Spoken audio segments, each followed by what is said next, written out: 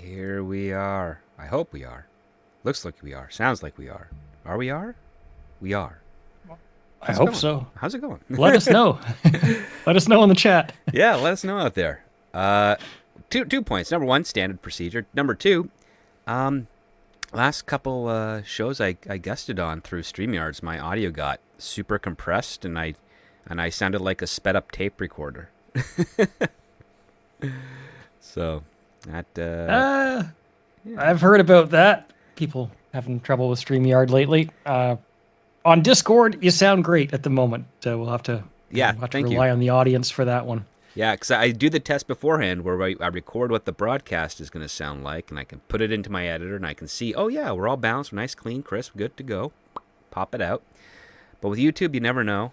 It's why I like to use the Streamlabs stuff, because you got a little bit more control in some areas, but it's just not as intuitive compared to StreamYards, where you can just do a couple of clicks and get that stuff done. But when troubleshooting is a lot easier on Streamlabs for me. I've noticed I can reset and restart all that stuff. So it sounds good so far.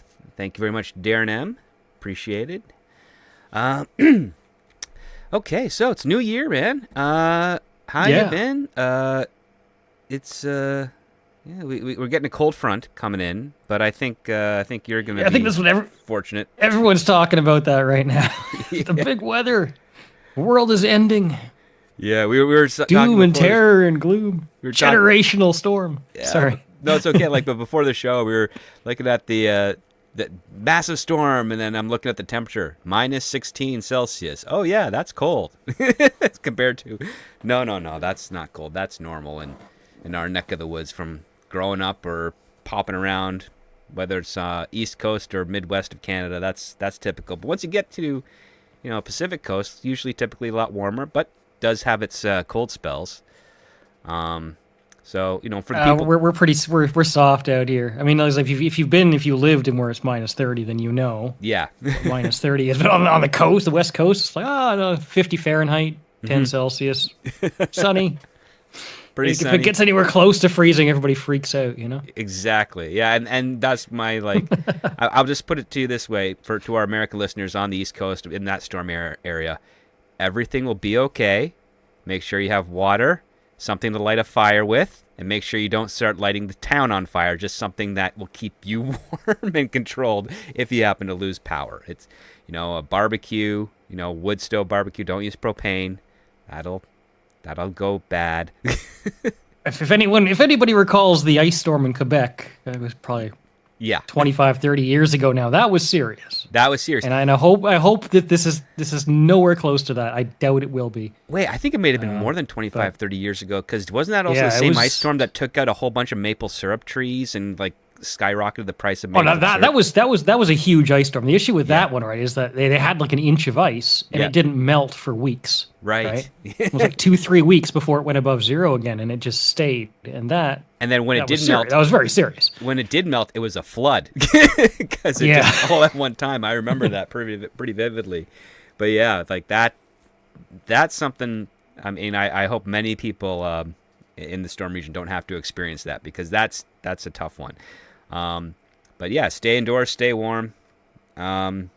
Make sure that you've got power to do so, or at least fireplaces are always a smart investment in those times there. I do wish that we'd come back, because a couple weeks ago, me and the lady were looking at places to move into, and nothing had a fireplace. It's that's weird. Even my parents, who have a fireplace, are replacing it with a gas one. Ooh, I mean, I understand why, but what happens when the gas ain't running? I mean, the convenience is huge. You don't have to get the firewood and go to all that effort. I would use it more often too. Mm-hmm. But there is something nice about a classic actual wood fireplace. If you can have it and you have it, it's a whole nother level. No, my aunt, she got the natural and gas fireplace. So you have this enclosure, and then you have to turn a key and then crank to take it off so that you can just use the wood fire. And then when you have to switch over to gas, you got to put the whole thing in there so it doesn't leak. and it was a pricey thing, but she liked it because there every once in a while in her neck of the woods, the gas gets shut off for maintenance because they have to fix the lines or something. And she's like, can't rely. What happens if they do that in the winter? I'm not going to be freezing. So she spent the extra $5,000, I think it was, to get that conversion up. Always. I didn't know that was an option, but I like it. Yeah, if you can afford it and do it, yeah. Absolutely, yeah. Because you got to you got to do everything. Then you got to turn off the gas, right? Because you can't have that going in there. And there's 2 points. I remember her walking me through the whole thing when I was house sitting. She's like, you got to turn it off here. And you got to go all the way to the back room, past the kitchen, turn it off there. then you wait, then you open it up, and then you can put in a log and set it on fire, and you're good to go. And then she's like, and always make sure you put the metal grate in front of it too afterwards. Oh yeah. So yeah, while I'm looking around at new places, it's like, yeah, I want something with like a traditional natural fireplace, all that type of stuff, and then yes, I'll invest to see how much it would cost to get a gas I'll switch off in there just in case. Okay. Happy hunting. Thank you. I hope it's successful as well. All right, so it sounds like we're all good. Good preamble here. Let's jump in to the show today. Welcome to Scripts on Saturdays, the only screenplay review show on the interwebs, discussing scripts, both professional and amateur, circulating around Hollywood, giving you, the TV and movie-going audience, behind the scenes and inside track on what writers are pushing and what producers are buying. I am your host, the Script Doctor, and joining me this week, my fellow Canadian, CC Karaoke. So happy to have you here, sir. Happy New Year. Glad to be back. All right, so this week's script is kind of...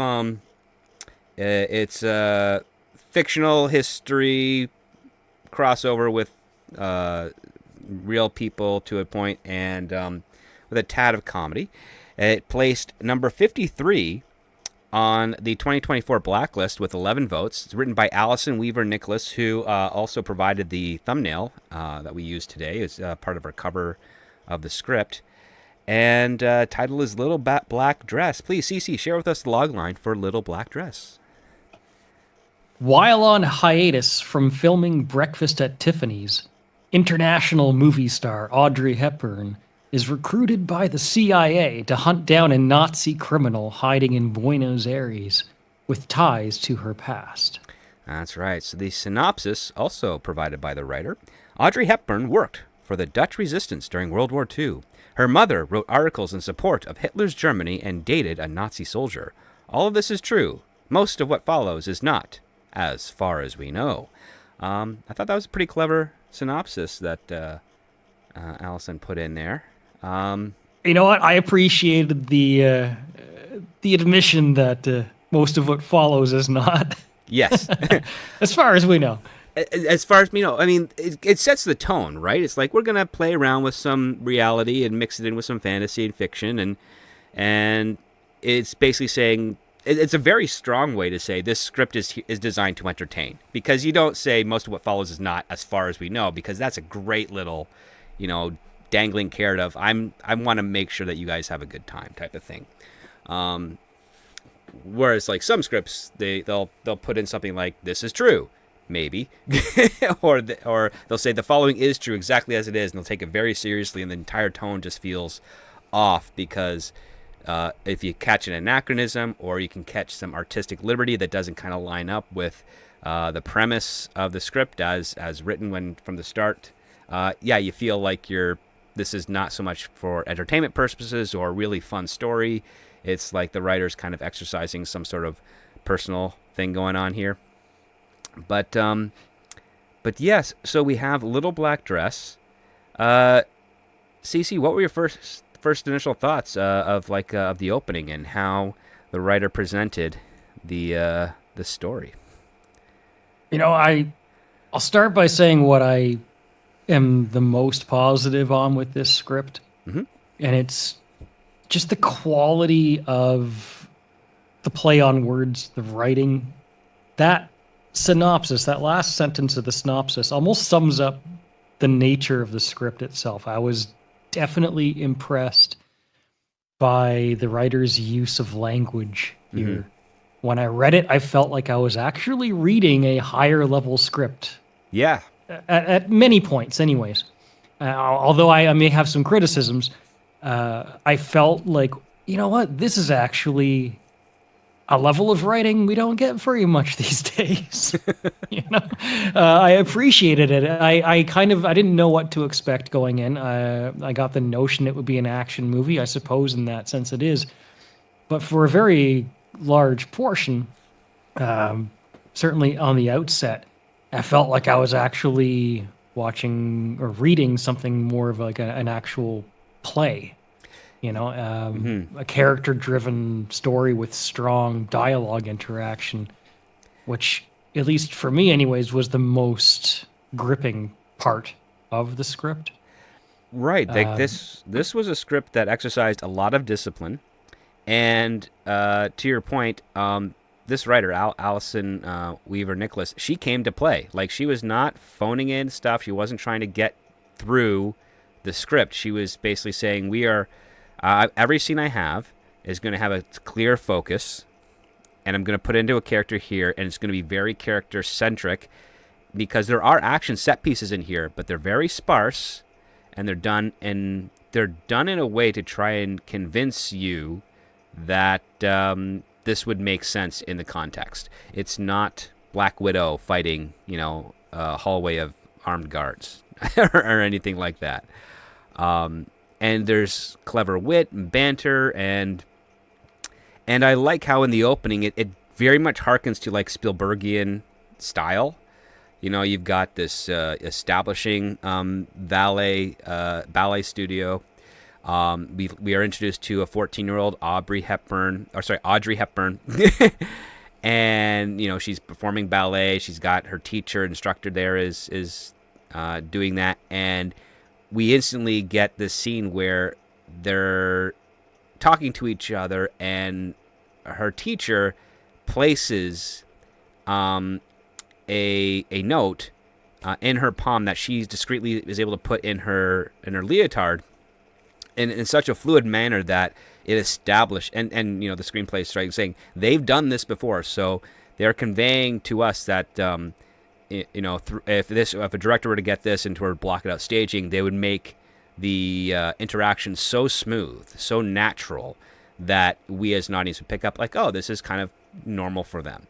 And then and it's dripping the information. It's here's this young girl at a ballet studio. Oh, she gets handed a note by her teacher, and then as she bikes to go home, we find out it is occupied Arnhem in the Netherlands in 1944.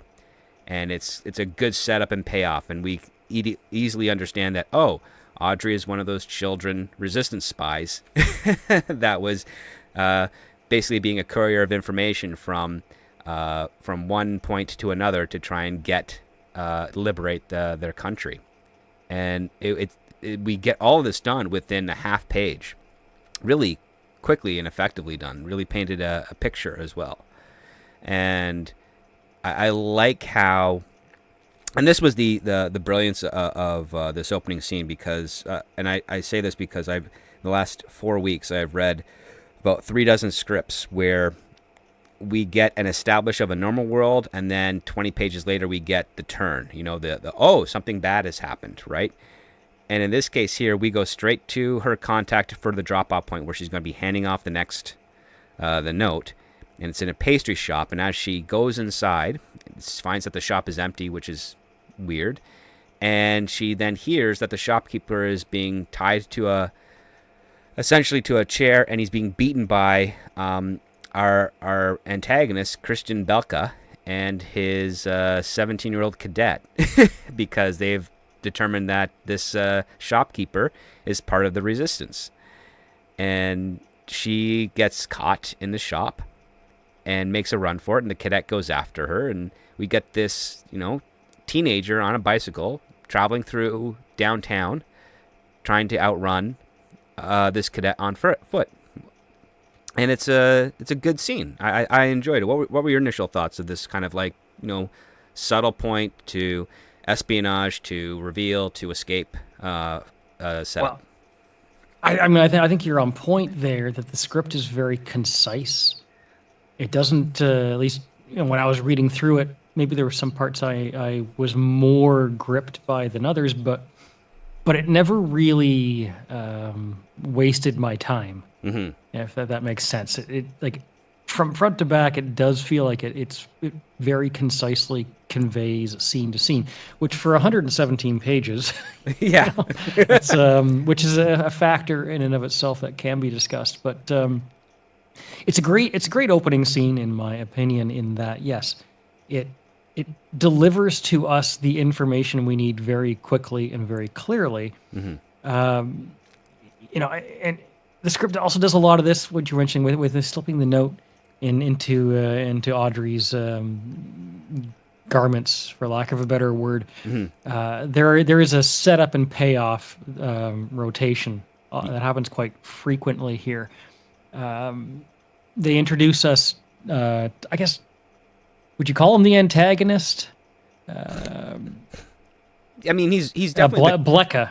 His name is Blecka, right? Belka, something like that. Yeah.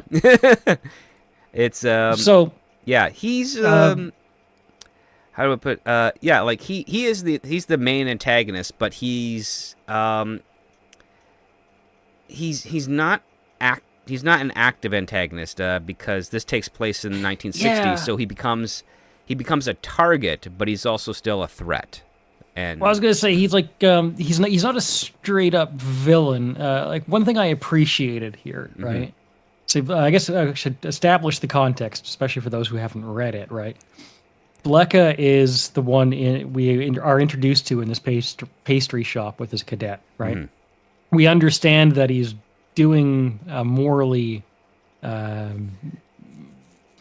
he is disputable he's part thing. of the party. He's part of the party. He's part of the party, right? For lack of better words, we find out that just a couple pages later that he is close with her mother, right? Mm-hmm. We establish that she's living in Occupied in territory. Occupied territory during World War II, and her mother is obviously sympathetic to the cause, and she's very close with this man Blecka, Mm-hmm. who is obviously part of the Nazi regime. Yep. And there's a bit of a dynamic there, especially when he kind of set Audrey up as a ballet dancer, and he doesn't cross the line with her, if that makes sense. But there's this weird, at least I got a little bit of a weird sense wherein like Blecka does, he almost fancies himself as a little bit as a father figure. But I mean, correct me if I'm wrong, but there was almost a slight undertone of something sexual there. Yeah. But no, the script there was. never, the script never has him cross that line.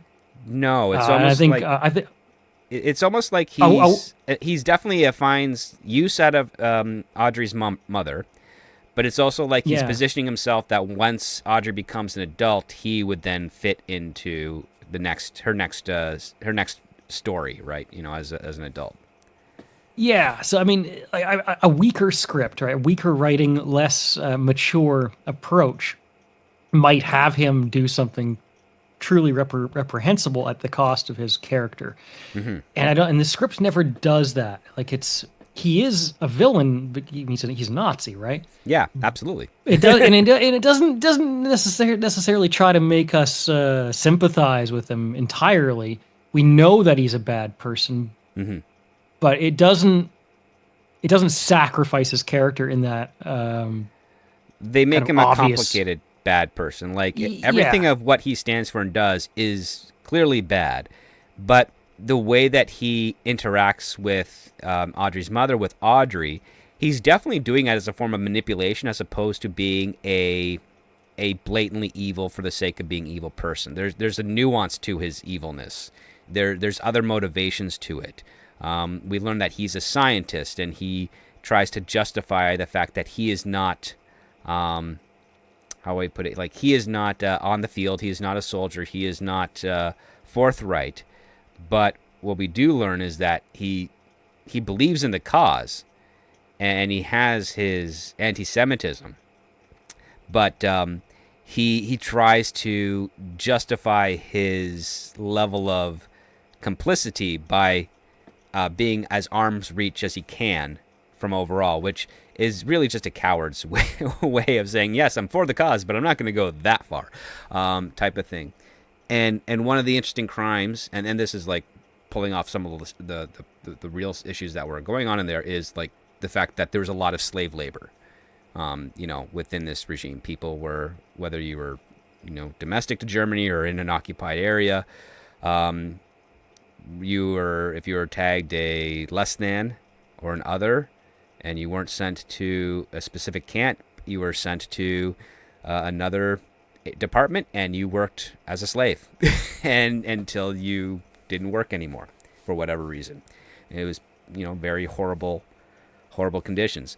And the thing is, we don't stay too long in this past here, because as we find out that, her mother is is a heavy supporter of the party. She's written some articles or essays that are to impress the regime. We get like a pre-lap of her name being called, and we then cut to Audrey as a 31-year-old in New York on Fifth Avenue, shooting some of their footage for Breakfast at Tiffany's from Truman Capote. And I just cut in real quick here. There is a question in the chat. Sure. 117 pages of script is generally about 117 minutes of film, more Right. or less, right? Pretty much, yeah. 1 page, 1 minute. On average, that's the case. So you're looking at roughly a 2-hour movie if this were to be put into production. And there's nothing too wrong with that for a drama. But if you're doing something a bit more on the action side of things, you want to be between 90 minutes and an hour 50. And comedy, 90 minutes is your sweet spot. And these are parameters to help people that are working in the industry kind of hit their target, so to speak. Like if it's basically like, oh, you're in a goal. It's like, oh, you got a comedy, great. If you can make it no more than 90 minutes, we know that you know how to sacrifice the mediocre from the amazing, which means that 90 minutes is going to be the best 90 minutes it can be, because that's all you're going to get. And if you can't tell the story in 90 minutes and you keep on going over, then you're more likely to have points that are just not going to be as funny or as impactful, because it's just kind of unnecessarily padding out your story. And this is why there's those issues, especially among current audiences, where if you see a movie that's 3 hours long, you're like, does it have to be 3 hours long? Does every single second count in that story? Does it really? Like, the question you have to ask yourself is, does it really? Can things be skipped over? Can things be redone in a more efficient way? Because when it comes to a film, especially in a theater or even on a stage, the audience is held hostage by the pacing and of that story in front of them. Whereas, like with a book, well, you can read it as fast or as slow as you want. The pacing is yours to control, because you turn the page when you want to turn the page. You don't get that with live performance or film and television. So you have to respect your audience's time, and you also have to respect what is the most important parts of the story that need to be told versus what doesn't need to be told but can be conveyed in a more effective way. So that is why it's always best to make sure that you are efficient. Now, some of the counter arguments, I will say, people point out, like Lord of the Rings, right? Peter Jackson, epic films. Oh yeah, feed me the extended editions Exactly. anytime now. But that's the exception, not the rule. And on top of that, like, Peter Jackson made a number of films where he learned how to tell a story effectively. And one of the reasons why Lord of the Rings with the extended work is because everything feels deliberate, and it flows properly, and the pacing is good, and you don't feel like you're watching a 3-hour, of Fellowship of the Rings. You feel like, oh, this is kind of going by really quick, and it's got a good pace, and everything is I'm able to digest it and comprehend what's going on and understand the dynamics. You can't do that with your first story out. No one can. I've never seen it. And I've read tens of thousands of screenplays and never seen anyone on their first try. I think this could be shortened. Let's say tests. Like, we could probably bring it down 10 pages, but yeah, mostly it's very concise to its benefit. Like I said, we're saying the opening scene conveys all the information we need in a couple 3 minutes. Absolutely. Maybe it's 4 minutes on screen. One of the things that this script has is it has a banter to it when they're around certain elite atmospheres, and some of that could be trimmed down a little bit, and that's kind of where you can get your additional 10 pages cut away. So we open with this flashback, and there are more flashbacks throughout the film. This scene is revisited, right? But we're establishing that there is the 14-year-old Audrey and then the 31-year-old Audrey. That's right. And this is one of the few screenplays that, because I personally despise flashbacks, this one makes everything work, because the role of the flashback is you use it when it's done necessarily to progress the story of the present day. And oddly enough, these flashbacks don't arrest the story. They don't stop the story. I would say that's true. Every time there's a flashback, it is relating to what parallel. the events currently happening. Yeah. And that's the way you do it. We're on the set of Breakfast at Tiffany's. You've got Audrey there. She's getting ready for her shoot. There's this. We get a great little payoff here, which is that Audrey's got her breakfast that she's going to be bringing into the set, and she says, "Oh, it's a pastry." And, Blake Edwards, the director's like, yeah, that's right. She's like, I'm not very fond of pastries. And we completely understand what this is, because what happened just recently, she was in a pastry shop and she saw the owner get beaten. So we have memories connected to her. So we completely understand. And, Blake says, it's breakfast. And she's like offering, how about ice cream cone instead? Would that work? He's like, I don't think ice cream cone would work. No. And then we find out, Audrey, she is such a starlet at this point. Her fans are following her. They're interrupting the set. They're causing delays. And of course, everybody's trying to get this under control. But this is something that also, as frustrating as the production has, this is what they want, because they know, when this movie debuts, it's going to be a hit because everybody wants to see Audrey. There's also a nice little moment there where they ask her if it's going to be a problem. Yeah. And she says, no, it's fine. We'll go with it, Right. It suggests that it establishes a part of her character, that she's not high maintenance. Mm-hmm. Not even really. She's a little bit. But you can work with her, Workable, yes. And also the other part, professionalism, right? So, she makes a point. She offers a suggestion. She's told, "Oh, no, sorry, that's not going to work." And she's like, "Okay, let's do this." And she's pushing, and it also shows her a little bit of resilience. She's pushing through an uncomfortable reminder of her past in order to be a professional here. And it's a good establishing part. Then we get, we get shifted over to CIA headquarters, and we're introduced to our supporting character, Valentina Velazquez, who's also in her 30s, very goal-oriented, and she's kind of making her way straight to her boss's office named Martin Cox. While at the same time, we also have this other character named Palmer, who, he's a bit more formal, but he's kind of wandering through the office, and he and Valentina, they kind of meet at Martin Cox's office, where we find out, there's a person of interest has been spotted in Buenos Aires coming out of a movie theater. And it's not just any movie theater. It's a movie theater that has a double show of 2 of Audrey Hepburn's films. It was Roman Holiday and Sabrina. And this, and we get a very interesting kind of dynamic here, because Valentina's like, let's go get him. And Director Cox is like, well, we have to find a way to get close to the target to do so. And Valentina offers about the special operative who took the photo that was sent to them.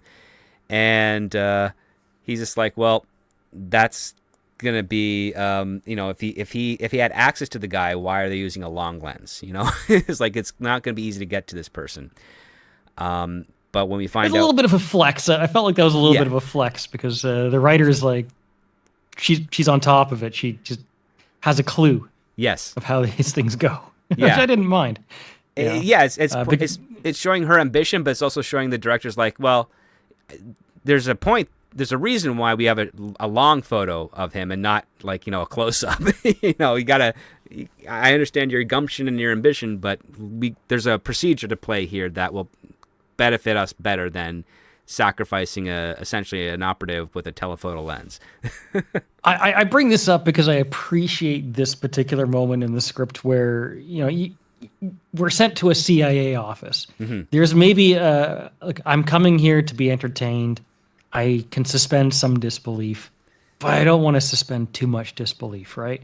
Right. And I bring this up because there are a couple of parts where I think that could maybe be scaled back a little bit. We get close. But here, it definitely works because it's establishing that this is not all haphazard. Right. The situation is being analyzed critically. So as a viewer, I'm taking it seriously because you are asking the very question that maybe I am asking. Is this legit? Here's the answer, right? Mm-hmm. To that question. So, at least in this part, I just want to point that out because I appreciated that particular exchange. Yeah, because it shows a hierarchy, but it also shows a level of competency on both characters. I mean, it's not denigrating anyone for any type of other ulterior motive. Right. I mean, they establish. They established the character of Valencia as like, I don't care about the rules. I'm going to go in and see the director right now because this is really important. Right. And then he's like, we got procedures, lady. But they balance it. She's not overpowering. Yeah. As a character, I think she's actually pretty reasonable and all. There's a bit of a command to that moment, but because it's also like I said, it's balanced with the question of the lens and all that. It's like, okay, why is this picture taken? What's the nature of it? Who is this person? And why do you need backup? She's corrected. I guess is what I'm getting at. Without being long-winded about this, she storms into the office very commandingly, and then she's corrected, and that's okay, right? And she's corrected on the merits of the argument, not on the fact that she's a woman. She's the one doing exactly. This. Yeah. So I do like that. Oh yeah, so it's nice to see. Well, it plays for a good dynamic because we see that her reflex and ambition are part of her character flaws that she has to overcome, and we get that journey in this script. And then because again we have these very short scenes and they're not intense, but they're really well established because after we find out, okay, the CIA has a person of interest. They're a fan of Audrey Hepburn. We cut back to Audrey. She wears her, she's always wearing a little black dress. And in this case here, she's got her 6-month-old Sean in her arms, while her husband Mel Ferrer, who notoriously married 5 times to 4 different women, does play a lot. It's important context. I mean, I will say the script does not necessarily inform us of that. Right. If you know so your I wouldn't Hollywood assume history, that I wouldn't assume all the viewers are aware that Mel was that kind of man. I mean, I bring this up just because Mel, I guess, as you mentioned, he does have an actual legitimate history in real life, right? Yeah. I'm not going to assume that most viewers are aware of that. And because he is presented in this story as being not a great pick for a husband, he's a show husband. He's there to help support Audrey and benefit. I don't know. From that. I don't know how you would do this off the top of my head as a writer necessarily, but I think there's maybe some importance to saying, well, this is Mel as we know him in real life. He's not one of the sort of the fantastical characters of this story, right? He's No. not involved in the CIA business, the what ifs, the He the has maybe, no clue of it. as far as we know, part of the story, right? Right. He is one of the characters in this story who is actually true to reality, more or less. Yes. You know, Truman Capote also is very true to reality in this. yeah. So there's a couple of characters here that do actually exist within established reality outside of the fantastical, and he's one of them. So, as a viewer, I don't know. I'll just say I'm skipping a little bit ahead here, but I mean, he is presented as not a good man. Okay, in his short amount of screen time. So, Not an reading abusive it, man, mind you. Like, there's no abuse or anything. It's no. just, yeah. But it's he married several times. He's presented as a man who gets replaced. Yes. And it's like as a reader reading the script without any real prior knowledge to Mel, I was like, did they really need to do that to make him a dink? You know, for lack of a better word. but in appreciating who he actually is, right? Yes. It makes that a little easier. That's all. Well, it's a nitpick, but sure. Well, one of the things that I notice is that when it comes to like the adventurous aspect of Audrey's life in this script, the Hollywood and celebrity part is very boring, and everything else that she's doing has more thrilling and more meaning to Audrey. That's true. The scenes where she's on set with the film are all pretty bland. Yeah, not like deliberately disinteresting. so. the dialogue's good. Yes, but it is like the blandest part of the movie, right? But as also Mel is, as being grounded in reality rather than the fantastical, Mel as a character is one of the blandest characters in the script, right? Yeah. So that's why I was gonna say, as a reader, I was kind of hoping he would be a good husband. And then when he's presented as a bad husband, I'm like, well, why does he have to be a bad husband? You know, what's the actual? How does this benefit the story in any way for him to be a bad husband? Really, it's because Audrey's next husband was her true love that she was with till she passed away. That's what they're kind of setting up here. Which is great if you know that. Yes, it's the dramatic irony of things. Like, you as an audience member would have to know some of the history of Audrey Hepburn. Most likely it'd be your parents and grandparents that would know this, not so much you. But one of the things that's that I appreciated from this is Mel is presented as a character that I could see an actor like Jonathan Tinney, who is Terry Hatcher's ex-husband, playing, because he plays those types of guys that are kind of they're not healthy companions, but they're also kind of harmless. Like, they're not going to abuse or beat or anything like that. They're just kind of there for the ride, but they're also there for their own self-interest. And that's what Mel is presented as here, because it's pretty harmless. Yeah, like, because Mel constantly says, whenever Audrey's a little upset or something's going on or she needs an excuse, Mel says, like, you just had a baby. And Audrey corrects him, we just had a baby, darling. And Mel's like, you know what I mean. Like, it's great dialogue. It just it's like it just I'm not trying to linger on this too much, but it felt a little outside of the movie. Yes. Like, his presence, I don't know. I mean, I don't mind him being in the script. It's just that, okay, you're establishing they just had a baby, right? Yes. And he's going off cheating on her. Yes. Well, it's establishing the contrast of her reality. Like, her husband and the marriage that she has is something of a fantasy, and now she's going to be pulled into something that we would look at as, like, a fantasy, but it's her reality, right? So that's the contrast. Yeah. Her fantasy is boring and kind of unfulfilling, even though she has a beautiful baby boy as a result of it. But when she gets that call to adventure and realizes what it is, she's pulled between, do I go back or do I follow through? And we'll get to that point in a minute, but we do have Mel as a reminder of, like, this is what she'd be going back to. And is that it's planting the seeds of doubt of what her future will be with this guy. It's complicated. Yeah. It's complicated, and more so because she's established to have a 6-month-old baby. Right. With this man. And I just I don't mind it. It's just it it's not explored a lot. It's We're not aware explored. of the complexity of the situation, but it's not visited very much, you know? Yeah, he's there really as an emotional support animal, even though she has Mr. Famous, who is her emotional support animal. um, it's an interesting dynamic, and I can see how it raises an eyebrow. It's like, well, why are we getting this? Why are we getting this stuff? And I think that comes more to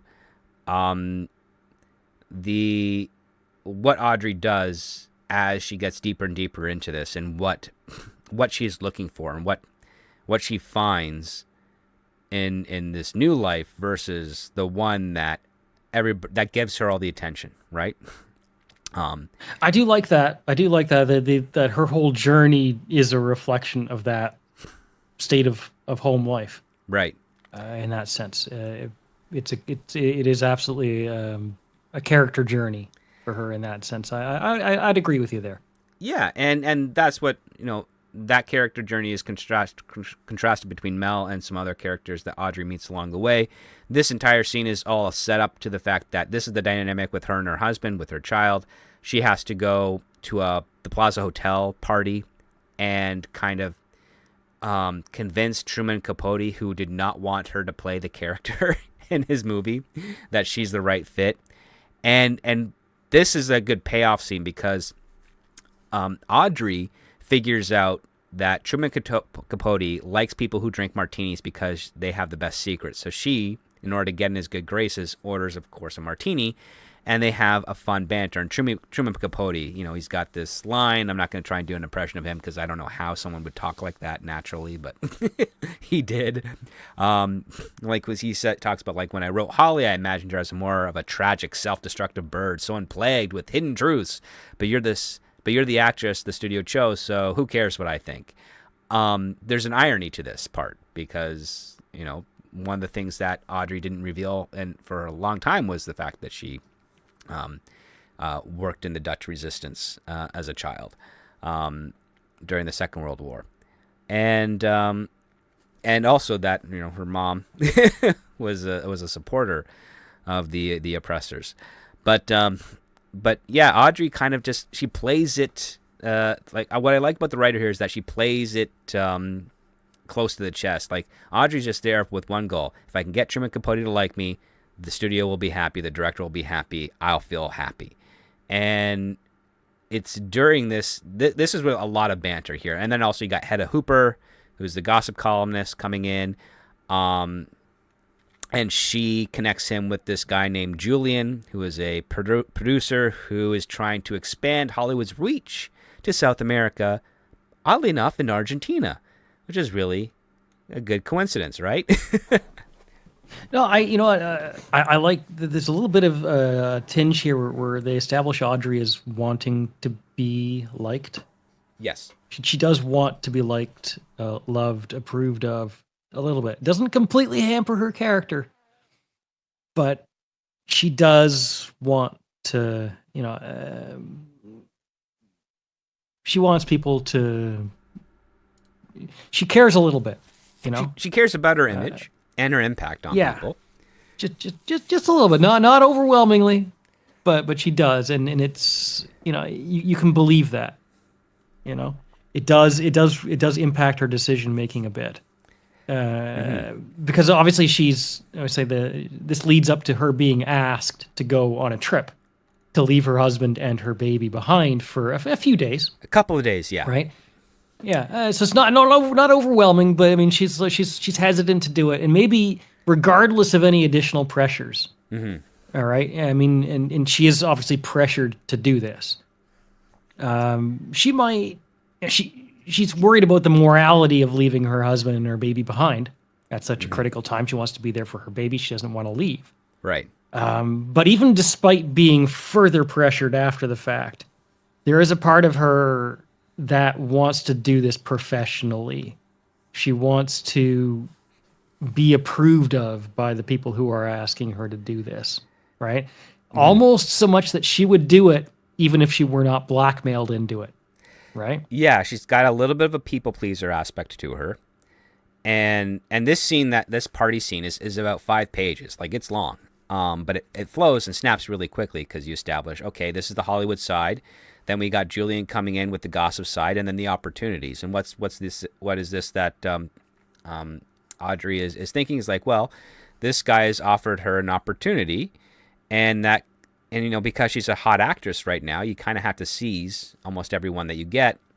Now, during the scene when she's presented like, hey, if you sign on to, or at least come with me to Buenos Aires, where I'll be kind of shopping this around for investors, that'll help get the movie made, and you get, you'll be in it, and you've got a good job, right? And of course she does the Hollywood thing, which is this, it's a soft confirmation, so to speak. It's like, oh yeah, I'd love to do it, and then you just find yourself too busy in order to make it. Of course, these days, especially in my field, all of my colleagues are literally too busy to actually take on some opportunities, just because of the weird what's going on here. But on the talent side of things, yeah, it's like, okay, you're a hot actress, you got tons of job offers lined up. Yeah, some things you're not going to be able to do, so just be polite and always say yes. And if it doesn't work out, it's not a rejection. It's just the next opportunity will probably explore. That's usually how it tends to work. It's the assumption, but I mean, as a reader reading this in that moment, I felt like she might actually follow through anyways of her own volition. Yes, yeah, you get that sense, because later on, like when she is planning to go, Mel says, "Hey, well, I thought you were just being polite." She's like, "I kind of was, but now I'm more interested in actually doing it." It's like, okay, cool, that's fun. And what's interesting is that while Audrey is at this party, she catches some shadowy figure kind of watching her, but she can't make out exactly who it is. And this happens again the next day when they're at the New York Public Library. They're wrapping their last parts of the shoots in New York City before they go out to LA to do all the interiors. And she's seeing a bunch of fans. We have this one fan girl named Braces who she absolutely loves Audrey, and Audrey is almost able to acknowledge her until she sees the shadowy figure again, but then gets back to work. She does the scene, and once it's wrapped, she starts to head to her trailer, but she catches the shadowy person. She starts to follow them, and I think she pockets a knife from the crafts table, like she's ready to defend herself. And it's a funny scene. Yeah, it is a funny scene, and she does it in a very like spy way, and this is done clearly to show that Audrey just wasn't a courier spy. There's something else going on with her, and as she kind of follows the shadowy figure and then loses them, she gets approached from behind, and then this is the part where people might, on instinct, be like, no way, but then once the payoff hits, we'll realize, oh, that makes sense, and that is someone grabs her shoulder and she flips that person over and onto the ground, and then you find out, oh, it's this little girl, Braces. So yes, a 31-year-old would be able to move a child like a rag doll, not knowing who it was. But of course, Audrey, she apologizes profusely. She signs an autograph, and of course, Braces kind of wanders away, very confused and thoroughly weirded out that her idol kind of flipped her from her feet to the ground. And as she heads back to her trailer, that's when the shadowy figure appears inside, feeding Mr. Famous, the dog, some pieces of ribeye steak. And we find out there's a little James Bond action here. A little James Bond action, but it's it's an adult versus a child. So it's like when when Roger Moore is fighting Knick Knack, I just think the mood of when she goes into the trailer and you get the shadowy figure with the smoke. Yeah, feeding her dog, and it's like it's just a little bit James Bond in a good way, Yeah, it's like, oh, M, you're here. But this is director Cox and Martin Cox, and he's he's broken into her trailer, and he's propositioning Audrey to help on a mission, and he basically says, what I'd really like for you to do is just go to Argentina with that producer. And she's like, well, I hardly know the guy. He's like, he's legit, which is a funny thing for someone to say so quickly. And she's makes the argument that you pointed out. It's like I'm not leaving my new baby and travel halfway across the world to shake hands, so I'm going to need a bit more context. And all he can say is that there's a team that's been tracking a person of interest, but they lack the access required to make contact. But a Hollywood actress like yourself going to events and mixers can help us get close so that we can apprehend this person. And when she asks for more information, he's like, nope, can't do it. But if you're not going to do it, we have found this thing. And he presents a old newspaper article that says The Call of Fascism by Ella Van Hemstra. And it is accompanied by a picture of her with, of course, the Fuhrer. And this is based off of a real article. Like, this is what some supporters at that time wrote in order to get in good graces with that regime. So her mother, basically. Yeah, this is her mother, not what Audrey. Audrey was against this. Like, she's the rebellious child to her parent, but her rebellion was a very justified one. It wasn't to rebel for the sake of, against her domestic authority. It's like, no, what she saw going on around her was wrong, and she wanted to help to get rid of that. And so Director Cox has essentially blackmailed her, saying like, hey, we can keep this out of the press if you do what we want you to, but if you don't, this could really damage your huge reputation as an actor, the it girl of this generation. And so, Audrey is stuck. She's like, okay, I guess I'm going. She's not 100% doing it for herself, but she's also thinking about the future for her child, and to a degree, what that might do with her husband. And then we get a nice little flashback. Yeah, go ahead. Yeah, I was just saying before that, there's a little moment where we catch her husband on the phone with her, and he's checking out the nice figure of a lady. And that's where we understand, right? That's when we understand. Yeah, he's gonna go cheat on her as soon as he has a wandering eye. Yeah, yeah. But from that encounter with Director Cox, we go back into a flashback where 14-year-old Audrey is kind of hitting her pointe shoes, her ballet shoes, against the windowsill, and it's kind of embarrassing Ella, and Ella is actually talking about her article, and Christian Blecka is saying like, yeah, it will, you call the Fuhrer a visionary. You're very much on our side here. You're promoting our way of life, what we're trying to do here. And Ella is getting a little bit frustrated because Audrey's beating of her shoes gets louder, and she's like, please offer, your people think you don't have any manners. And of course, Christian's like, oh, never mind her. You get that article to the post before it closes, which means she's going to leave the house with Christian Blecka alone with his daughter. And of course, Christian tries to do some pseudo-fatherly thing here, which is like, your mother is trying very hard to maintain your family's good reputation. And without a good reputation, you are at the mercy of the individual's better nature. And people rarely surprise you with their benevolence. And like, I really liked how this is written, because it's so creepy and so like, there's a lot of subtext going on here. It's one of my favorite lines in the script, and it gets called back later. Mm-hmm. And in this case, I know there was a joke recently about the new Star Trek show calling back a quote earlier in the episode, and it wasn't a very good quote. This is a good quote. Yes. This is a very well written line, and it's called back later in the script. And I'll kind of run on this now because I think it's relevant right now. This Blecka man, is presented as a bit of a father figure to her, right? Mm-hmm. And later in the script, Audrey repeats this line to somebody else in a situation that calls for it, as something that she actually has taken in as a life lesson. Right. Right? Mm-hmm. And that people, like, she did listen to what Blecka said here. She listened to him. She took it in. She took it to heart. Yeah. And she applied it to herself in the way that she sees and interacts with the world. And I think that's really important because it shows us that, okay, this is not just a man that she necessarily hated. She actually respected him on a level, right?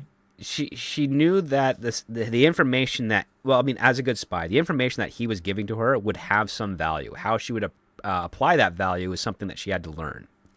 And the people rarely surprise you with their benevolence. This doesn't just apply to the situation at hand with the CIA reaching out to her. It also applies to like her husband and to some of the people that she meets along the way. Like, you have to be very cautious of when someone is trying to or at least claims that they're helping you, because there always might be some sort of ulterior motive, because that's the subtext of that line. And it's, I mean, you know, what is it, like 7 or 8 words, and it says so much going on. Like, it's a really well crafted line. And that brings us right back to the present day, where Audrey's instant reaction now is to grab her mother's article, and then she just kind of rips it to shreds.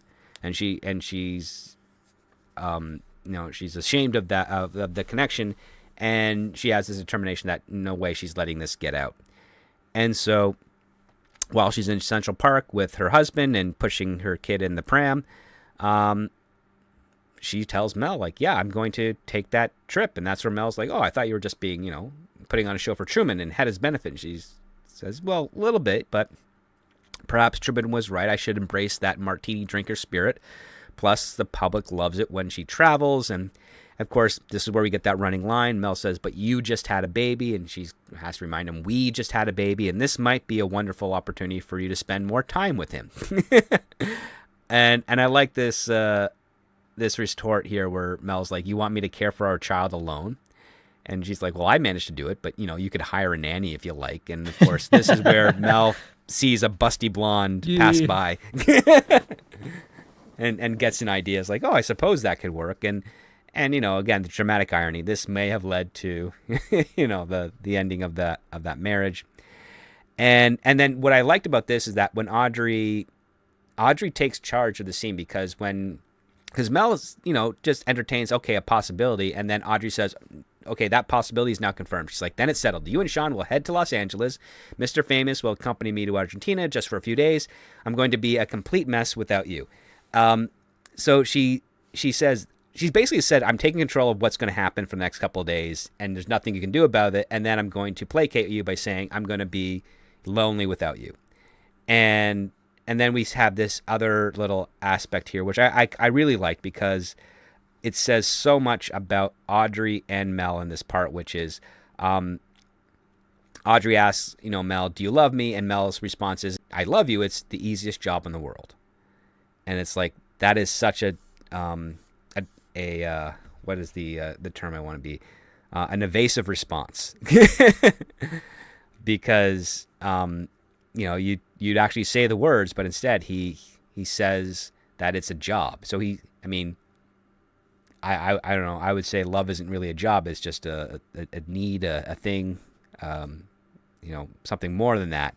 But because he calls it a job and doesn't say those words back to her, you get the sense that for him, this is transactional, purely transactional, as opposed to mutually beneficial and something of worthwhile doing. So that's it's I guess he doesn't get a lot of screen time, but they establish who he is pretty clearly. And then we get our very first anachronism, and that is Audrey's on a Boeing 747 in 1960, a good 8 years before Boeing released the 747 plane. I think it was like the 707 or the 720s. Again, like, it's solvable. It's very solvable, but I mean, you're doing a period piece. Technology is a really big thing. It's like, get the technology as close as possible to of the time, because that is going to be, that's easier. But that one's pretty easy. It's a stock footage thing. All she has to do is be on an airplane. They could have just said, Boeing, airplane, day. Like, yeah, people would figure out what it is. You don't, like, with the moment you put in an anachronism that could have been avoided if you didn't know for sure. You're like, oh, you're pulling your potential reader, or your at least potential producer or someone that knows their history completely out of the immersion just for a second. And what I liked about this scene is that it's not your typical airplane scene, because it does start up that way, where the stewardess is happy to see Miss Hepburn and offers a drink or an extra pillow, and she says that's fine, and then she drops the information that what about your assistants, and Audrey is shocked, and she's pointed behind her, and we are introduced to Dennis Benacci, who is the tech guy, and then Valentia Velasquez is here, and they're like, yeah, we're your assistants. I'm Dennis here will be a translator, and I'm just your assistant. And she's like, right. Okay. And when she points out, what is that to the dog? She's like, this is Mr. Famous, my partner in all things and dearest travel companion. And then, so Valentina and Dennis, they speak in Spanish. He kind of like, commenting a little bit on Audrey. It's like, how are we supposed to do this mission with a clueless movie star and her ridiculous dog? And he makes a joke about the fur of the dog brings out her unfortunate highlights. So weird commentary. But as soon as they land at the airport and a local reporter in Spanish, welcomes Audrey, we find out that Audrey is fluent in Spanish and speaks in Spanish back to them. They're creating a nice little point of embarrassment for Dennis and Valentina. And yeah, this was our first clue that Audrey is more than what she appears. Like, we already get a sense of that because of her childhood from the flashbacks, but as an adult, there's something extra going on here. And I really appreciated that, because I like to see, the idea that, we're doing this fish out of water, but this fish out of water has some skills that can help her blend in. And I like also the fact that having characters underestimate other characters done in a very clever way like this one. Like, this is just really a language thing. It's not like, she's a super spy who could take on a man 4 times her size. It's more Audrey has a different upbringing and different education that might end up having some benefits to whatever lies before her that was completely unexpected. And on top of that, because she's got this very kind of outgoing personality and also is a little bit of a mischievous person, she talks about how Valentina, instead of her being her secretary, she's the dog wrangler. And yeah. And Dennis is her hair and makeup stylist, because he commented negatively on her hair highlights. So she completely subverts their story, their backgrounds, so that she can have fun at their expense, and also kind of set them up, saying like, I know I'm not CIA, but don't insult me just because I'm helping you guys out. Like, because she's doing this, out of blackmail. They're doing this out of a mission, and she's, if she didn't have to be here, she wouldn't. And so, it'd be really nice and appreciative if you show some courtesy to the fact that she's here technically against her will. And I like that dynamic, because it's pretty funny. And then when Dennis says, like, her accent is perfect, and Valentina's like, just get in the car. I'm really upset right now, but we'll blow over. It was a nice little comedic joke that plays into some of the characters and this dynamic we're going to get between these three. It's balanced. I think the expectation is that, Audrey is considered one of the greats in her craft. Mm-hmm. So she should, yeah, she's going to be capable. There's going to be something about her that leads to why she is so revered, right? But she's not over capable, right? She is definitely flawed.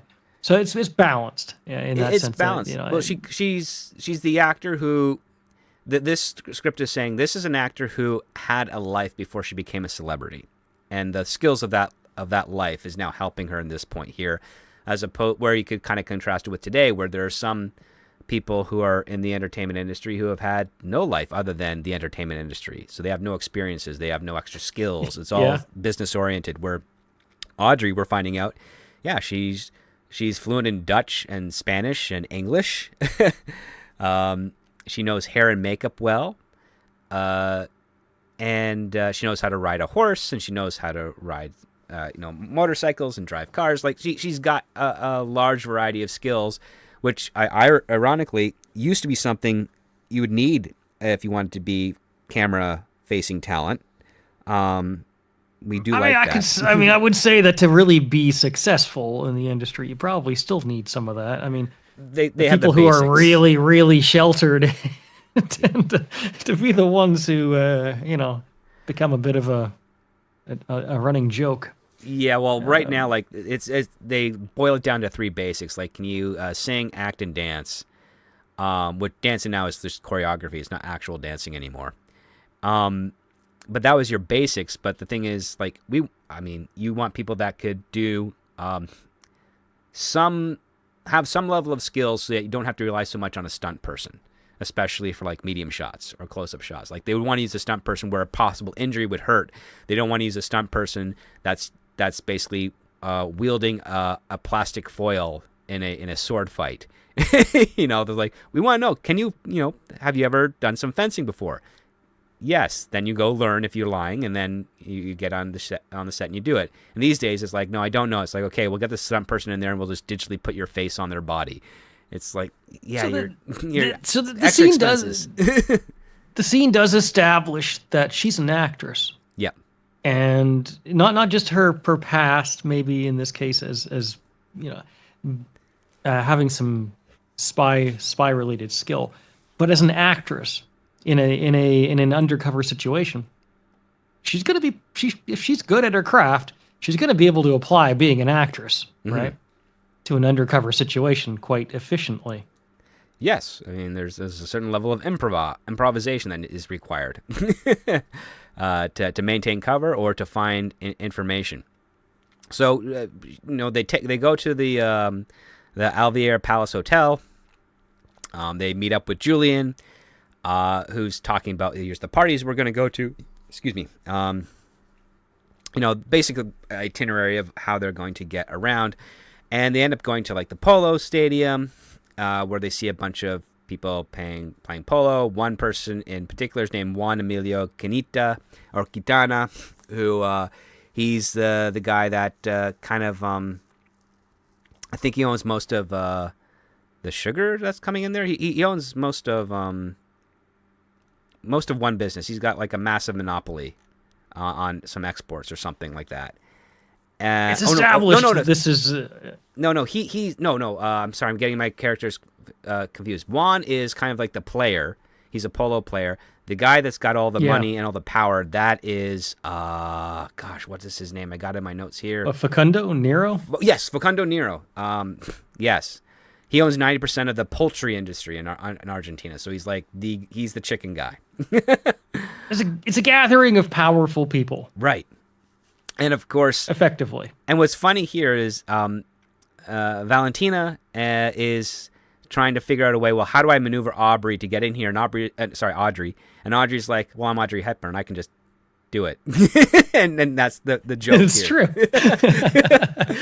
It's like, okay, this is what we're going to do. We're going to hook you up with Juan. Juan's going to take you over here. And Audrey's like, no, I'm just going to make a beeline for Nero. And her reputation has preceded her. Nero is enamored with her and invites her exactly where they need to go, where she doesn't need to be arm candy for someone that's local there. She can just go and she can say, oh, can I have my assistant with me or my partner with me? And that is how these two, her and Valentina, kind of get into this this private party where they're looking for this shadowy figure. And Valentina kind of identifies him, and we don't know who it is. And a lot of people might be thinking, oh, maybe it's, Adolf himself, surviving. It's not Adolf. It's clearly Belka. We're going to spoil that part of it for you because he does show up rather soon in the script here. But what's it's kind of obvious, and it's in the way it's set up, right? Belka is the person they're searching for. He is the person who was in the theater, and that's why they were interested in Audrey in the first place, is because of her connection with him.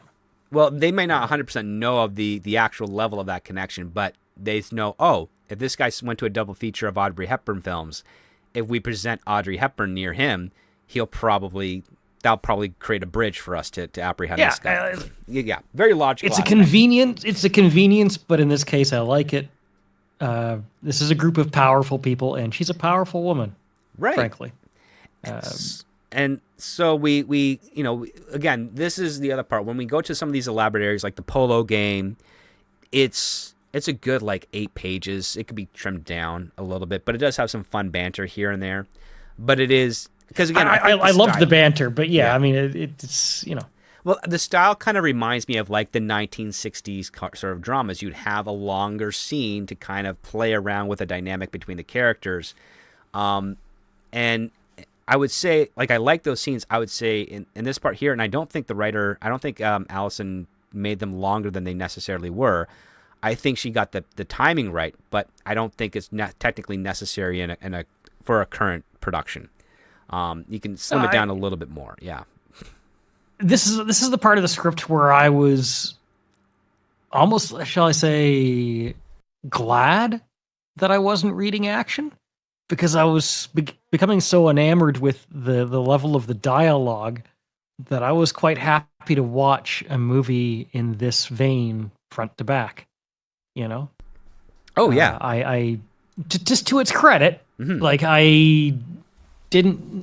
I don't mind that there's an action element here, but I mean, I was like, okay, you know what? If the dialogue is this strong, you can make the action the dialogue. You can ramp up the tension in dialogue at this level. You don't actually need an action set piece, Oh, absolutely. I mean, that's one of the biggest hang-ups I see is because there's this recommendation when you're writing a script, which is when you're writing a script to get it seen, to try and get it made, you go all out, and then you worry about the budget later, because it's all just about impressing the people that would essentially buy the script. This would be a high budget movie when it's all said and done. This would, but the thing is this movie exercises classic type of filmmaking, which is our action set pieces are going to be few and far between, and we're going to make the character interaction as entertaining as possible so that the action set pieces don't need to be peppered in every couple of minutes in order to hold the audience's attention. We can do something dynamically with these actors, and essentially saying, I want to write characters where actors have to act. Whereas you can watch, especially stuff on Netflix or other streaming thing. They have to act here, but yes. I mean, I only point it out because you're right. You could have slimmed down the polo match part of the movie, but at the same time, I think it has some of the best dialogue in the script, and it's just give me that, Oh yeah, because again, it's that fun banter. Especially from Nero and Audrey, and then Juan kind of inserting himself in there. Because Juan just wants to bed Audrey, and he's kind of slimy. And Audrey's easily able to circumvent him, every time. And what's great is that Audrey uses her charm and her knowledge to get into a party. And what's funny is that while they're mingling around the party, Nero says, okay, we're going to go, a bunch of us guys are going to go to the billiard room. It's a men's only thing. And of course, Valentina's like, you got to get me in there. And Audrey's like, listen, those guys are not going to be talking about anything of importance. It's a waste of time. And she's like, it's not about what they're saying. It's about who might be in there. And Audrey's like, oh, okay. Well, if you want to get in, this is how we do it. And we get this really quick montage where she's wandering through the party and she's being handed over a shirt, a tie, a hat, a jacket. I did like this. Just many of their clothes. In fact, you almost don't even need the montage. Yeah. You just have her come back with all the clothes and you'd understand. And it's funny is Valentina's like, they just gave you these? And she says, when it comes to ridding men of their clothing, I find very little persuasion is required. And it's that is a classic type of fun. That's all you need. Yeah. And so they head into the washroom, they dress up Valentina, and what's funny is that with an eyebrow pencil and some mascara, they paint sideburns and a mustache on Valentina. Yeah, which is I think is supposed to deliberately. I mean, it's supposed to look good-ish, but not 100% convincing. And we find out that Audrey says, when you spend enough hours in the makeup trailer and costume trailer, you pick up a thing or two, which is true. I know a number of actors who 20-year veterans in this industry who can apply their own makeup just as well as a makeup artist because they're in the chair, between 3 and 6 hours, sometimes 5 or 7 hours. And in some cases, a makeup artist, when they're trying to get on time, they'd be like, hey, take this, hold this, do this here on this side while I do it on the other side, just to make sure that they can get on set on time. It's not saying that they're cheating or anything. It's just the makeup artist is trying to be as efficient as possible so that, you don't lose time waiting on talent. This is kind of where I have a little bit of a criticism. Oh, yeah, go for it. All right. The context of this situation is they're at a party, right? They've been invited to, a party of powerful people that, there's a gravitas to this invitation. And it's definitely a party of powerful men discussing business matters, but it's casual. The billiards room is a location on this estate that is not for people outside of the inner circle, right? Right. Men's this is where the target would be because they are discussing business matters. This Blecka individual is being protected against his past, so that he may continue to live in comfort by this group of powerful people. So they want to get into the billiards room, despite the fact that they've been told, no, you're not going. I don't care how enamoring you may be or how many clothes you may be able to take off of any of the men here, you're not going in the billiards room. It was delivered in a classy way. Yeah. Let men be men. And I like that line. The billiards room is a place for men to be men. Yes, we wouldn't want to insult your delicate ears. Yeah. There's also a great line about balls. Yes. wouldn't want to mess up the balls. Like the balls of the billiard balls, right? Yeah. Of course, the billiard balls. And then, of course, Audrey also calls it a very boring pool.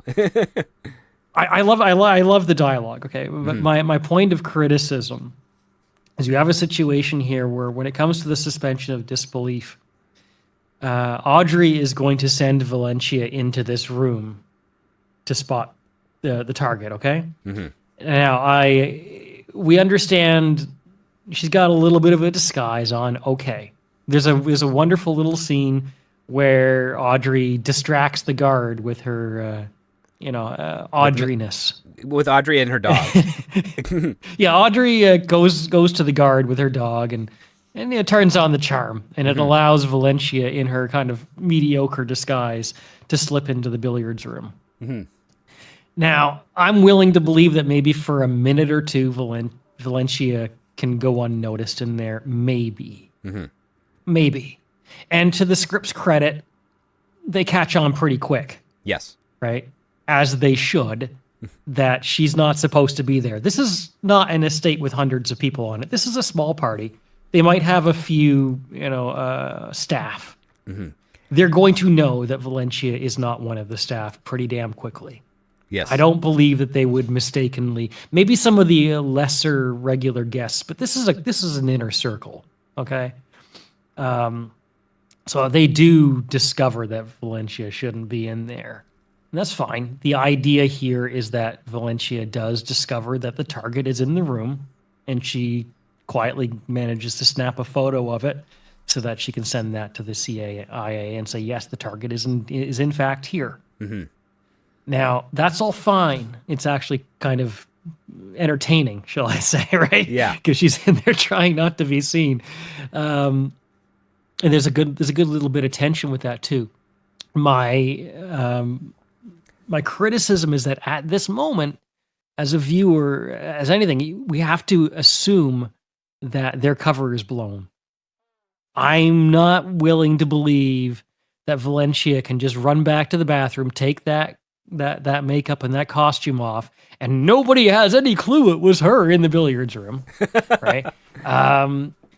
And then, even if I suspend that disbelief, if they're going to, I have to, first of all, I mean, it's a lot of suspension of disbelief to believe that they are not now in a very dangerous situation. I have to believe they've been made, and everybody there knows it. And even if I suspend that disbelief, If they're going to then immediately leave the party, that's not suspicious. Now, these guys, you have to give these guys the credit that they now know that Audrey and Valencia are not who they seem to be from that moment onwards.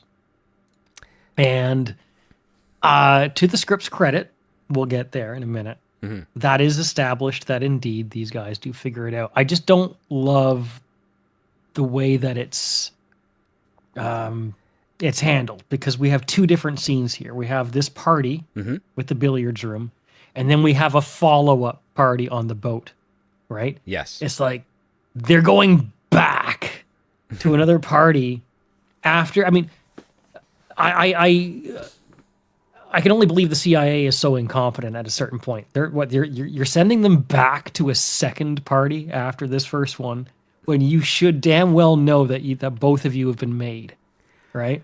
Right. And if you're gonna have me suspend my disbelief on that, you're gonna need to give me a little more.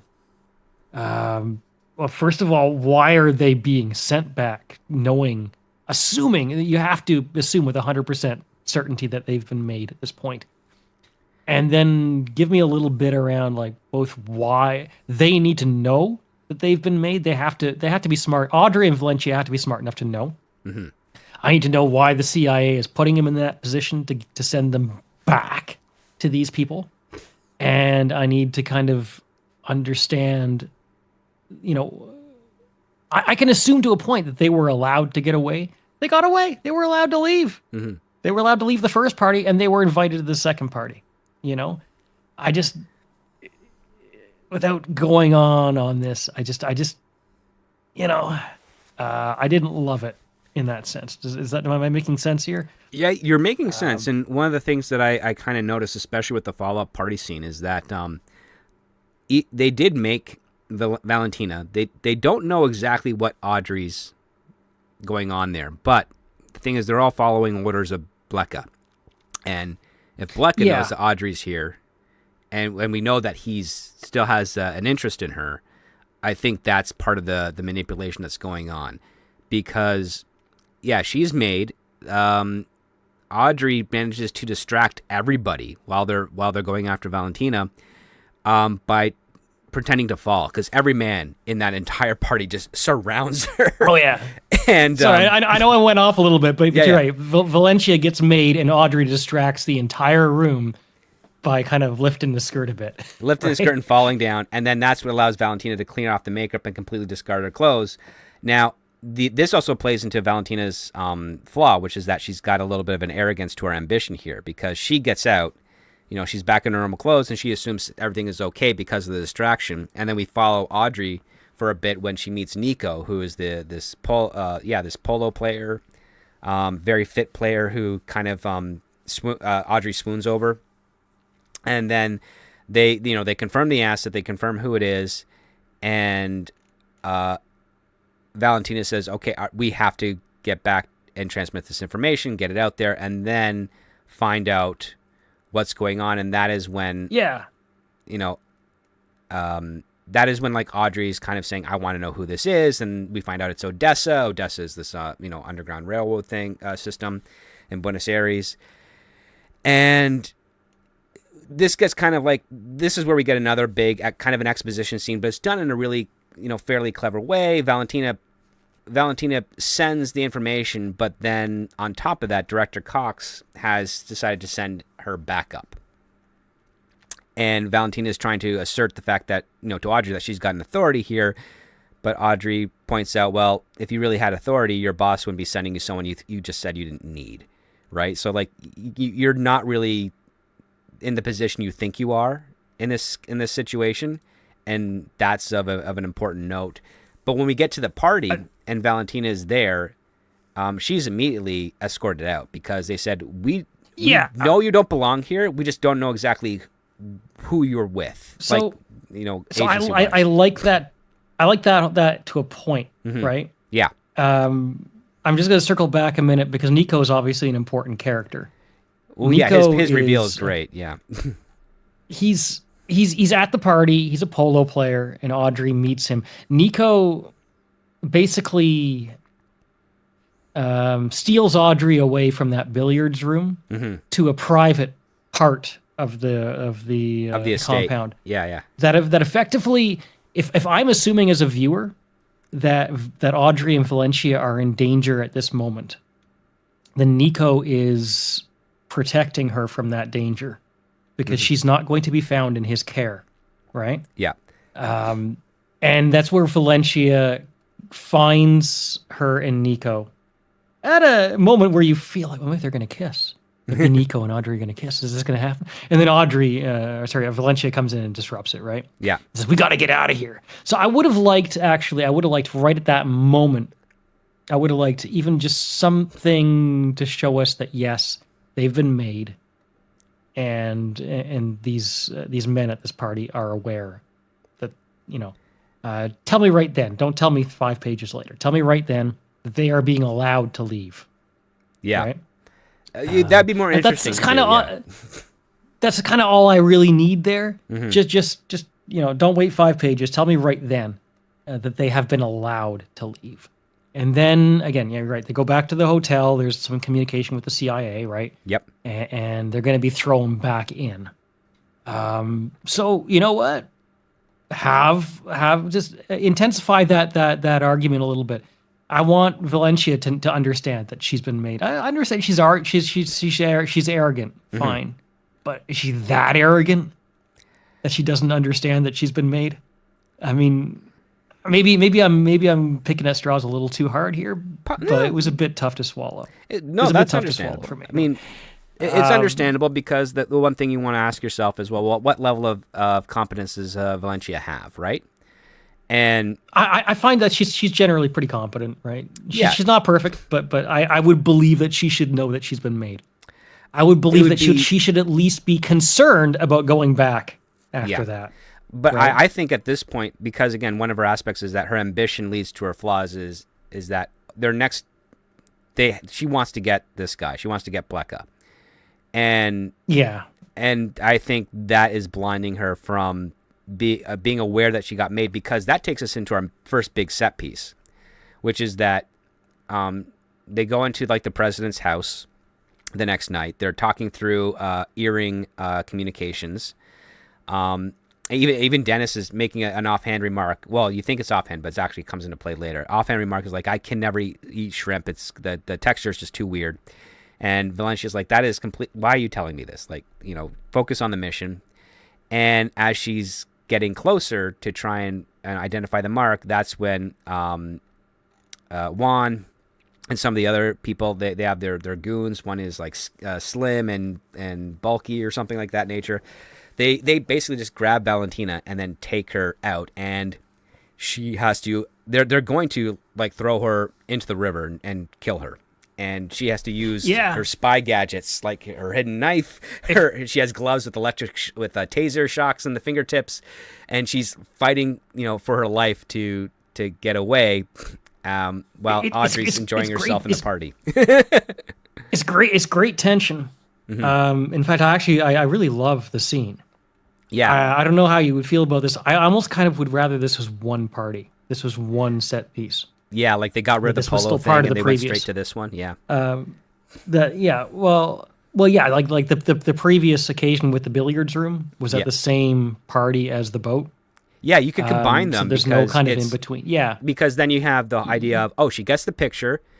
They get made. She uses her gadgets to get away. You got the set piece, and then when they get back to the hotel, they transmit the photo, and you don't lose anything other than you've just condensed two parties into one party with a little bit more stakes and intensity to it. And then now you have the ticking clock, which is we know where this guy's apartment is. We're going to go try and pick him up right now because we've been made. We've only got so many hours before they find us. Let's get out of the country before. Because even though we're made, we're still a little bit ahead of them, and it's only a matter of time before they close that gap, type of thing. Like that's a good intense situation to have. Yeah, there's a lot of tension to it that I think can absolutely be 100%. So I wanted to bring that up. I think you can cut a few pages from the script by doing that, maybe, if you needed to. But it also just I don't know, like it's a very tight script, but that's one place where you could, you could have less set pieces, but because this is great. This is just great on the boat. It really is, right? I mean, they are there. They have been made. They are putting themselves in danger, and knowingly putting themselves in danger to accomplish this mission. And it's not that every single person on the boat is necessarily looking for them. There's general party goers too. Yeah. But the core, right? And there's a couple of guards. There's the higher ups. They're being watched. They're allowed to attend the party, but at this point they're being watched. And I love that it leans. I love how it leans into that. There's a great dynamic with that, and obviously it leads to Valencia being taken off. She's being taken off. While at the same time, Blecca has approached Audrey, and you have this great tension scene between them where Audrey's shocked. It's one of my favorites. One of my favorites. Yeah. One of my favorites. Because it's on the dance floor. Like she has done a distraction, hoping for Valencia to kind of get to the mark, because Valencia has this lipstick with a syringe in it that's supposed to be like a tranquilizer to put out, Blecca. And in order for everyone to have their eyes away from him, Audrey decides to do a tango with Nico, and she is flirting with him, saying, "I've never tangoed before." And Nico's like, "Well, then let me lead, and I hope you'll be okay." And then Nico's like, "You've definitely tangoed before." and yeah, it's a great showing of the area. But right after that's done, Blecca comes in, and we get this like dynamic part where even Blecca is saying like, you've done very well for yourself from being a little ballerina who grew up, and we both know like that you being here is not a coincidence. And he suspects that there's something else going on here. But then he is like, okay, I'm just going to leave that hanging there, and I'm going to go. And he goes on to a boat. Valencia manages to skirt away from the goons by the skin of her teeth. And she needs to find a boat to chase after him. But Audrey knows that that's not going to happen. And so she just shows up to one of the docks while a beautiful young married couple gets off their own boat. And she just kind of snags the keys, gets on the boat, and says, have a wonderful night. We have to be going. And people are like, "Oh, it's Audrey Hepburn. She's just taking her boat." Isn't that charming? Like it's the celebrity of it is completely divorcing them from the fact that she's just stolen this boat, and her and this other woman have jumped on to go out, and they're just riding off into the river. Sorry to go back a couple of pages. Yeah, go ahead, please. Yeah, that scene on the boat where Audrey and Blecca are dancing. And they are the center of the eyes of everybody around them. Might be my favorite scene in the script. Yeah. But with her and Nico, because Blecca isn't dancing with her. Well, Blecca comes in after. Yeah. He just Nico, talks. Right? They don't dance though. They're just up, talking. No, but I mean, but they become the center of the attention of everybody on that boat. Yes. In that moment, right? Yeah, I would expand on it a little bit. I would have them dance. Honestly, I would have them dance personally. But they get away on a speedboat after this. But I wanted to mention it because I just think that is a moment right there that I would Audrey and Blecca in that moment is actually pretty powerful. Yeah, it's the moment they meet. It's the moment they meet, and they are both private with it, but also the center of attention. Oh yeah, because they're on the very dance floor. very tense in a very tense situation. Yeah, because they're on the dance floor, and Blecca is kind of he's pressing into her, and she's kind of just walking backwards away as they're kind of leaving off the dance floor, but all eyes are on her, and because they say like Audrey cringes but stays steady because she's acutely aware of the onlooking crowd. And what's funny is that Bleck is just saying like, the reason he survived is he found a wonderful group of like-minded friends, and they're very protective. Like everything he does, I mean, it's both direct and indirect at the same time. I like his dialogue a lot, and he just kind of leaves her there, kind of knowing that he's got the power in this country right now, that he can just walk away no matter what she's doing here, whether it's coincident or not. He can walk away, and there's nothing, and he knows he's okay. And he then gets on his own boat, heads off. Valentina and Audrey get on theirs, and they're chasing after him. When then on this black inflatable kind of boat, speedboat, comes to intercept Valentina and Audrey. Like, this is the confirmation. They've been made. They know they've been made. And they're shooting at her and Audrey while they're on the boat. They're hitting the hull. It's a intense scene. There's no real physical fight going on until one of the goons kind of manages to get on the boat and pins down Valentina. And then Audrey uses her pearl necklace as a garrote and throws it around his neck. And then instead of using her arms to kind of tighten it, she does the very clever thing, which is you twist the necklace so that you're kind of knotting it up so it compresses on there. So you don't need actual arms to force it through. You're using the necklace itself. And she does that to kind of cause him to pass out. And then together they manage to toss him overboard. And then Audrey grabs the pistol and then shoots the inflatable speedboat. So its hull is now deflating as they're getting away. But they manage to not be able to catch up to Bleck as the target. And because he outmaneuvers them, and then they have to leap off the boat before it hits into a fuel tanker, and you got this big explosion, and you've got these two women just kind of holding on to planks of destroyed wood from the boat and whatnot, until Dennis, in his own boat that was detained by a valet telling him he can't park his boat on the dock there, comes and picks him up. And this is where we also find out that the producer is also part CIA. He's been integrated deep within Hollywood, specifically for this operation of hunting, Nazis that have fled Europe and are trying to hide under false identities in Buenos Aires and in other parts of Argentina. And it's, it was a good set piece because it was very James Bondy, but it wasn't outrageous like Roger Moore James Bondy, which is a bit more outrageous. It was more like Sean Connery style. Simple, lots of, two women against one man type of thing. And they both barely made it alive. So it was fun there. I liked Audrey's line when Valentina asked, what'd you learn to do that from the pearls? And she says, oh, it was just movie stunt stuff.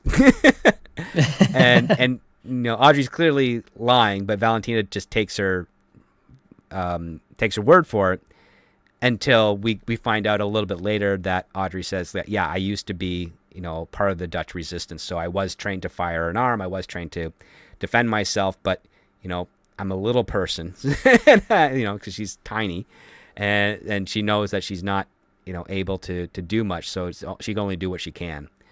But yeah, I like that joke that she says a couple times, how'd you learn to do that? Movie sets mostly. And it's really just, no, she learned it except for riding the scooter. I think that she learned on a movie set, but the pearl stuff that was Dutch resistance. I thought that was kind of cool. No, it's fine. I appreciated the segment well enough. Like I said, there's a nice level of restraint, I suppose, to the speedboat. The speedboat chase is actually one of the how should I put this? What was the Halle Berry Bond film is the most notorious, right? For having over the top, ridiculous, just dumb, crazy action. Yeah. Yeah. But it made the most money of all the Brosnan Bond films. Well, I mean, I know it's weird, right? You know what? I will say I absolutely love the rest of the Brosnan Bond films. I think the second and third in particular are sometimes underrated. And so personally, I had quite a lot of excitement going into the Halle Berry one. Mm-hmm. I was let down by it, but I went and I saw it. Yeah. I went to the theater. I bought my ticket because I was riding a high with the franchise. But there is a speedboat chase in a previous Bond film that is pretty damn good. And it's Tomorrow Never Dies has a great one. So so I don't mind that.